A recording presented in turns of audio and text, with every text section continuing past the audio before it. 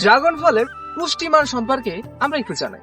এই জিনিসটা অত গুরুত্বপূর্ণ বিষয় না, তবে আপনাদের এই পুষ্টিমান সম্পর্কে জানালে যারা ড্রাগন ফল খেতে ভালোবাসে তাদের হতে পারে এটার প্রতি ভালোবাসা আরো বেড়ে যাবে, এবং আমাদের এটা কৌতূহল থাকতে পারে যে ড্রাগন ফল আমাদের যে এত জনপ্রিয় একটা ড্রাগন ফল, সেই একটা ড্রাগন ফলে কতটুকু পরিমাণে কত কি কি আছে ভিটামিন জাতীয়, বা ওটার ভিতরে কি কি পদার্থগুলো আছে যাগুলো আমাদের স্বাস্থ্যের জন্য ভালো কি খারাপ, এই জিনিসগুলো একটু জানা দরকার। চলেন এই বিষয়ে আপনাদের একটু জানাই। ড্রাগন ফলের পুষ্টিমান। ড্রাগন ফলের 100 গ্রামের মধ্যে 55 থেকে 85 গ্রাম থাকে ভক্ষণযোগ্য, মানে খাওয়ার যোগ্য।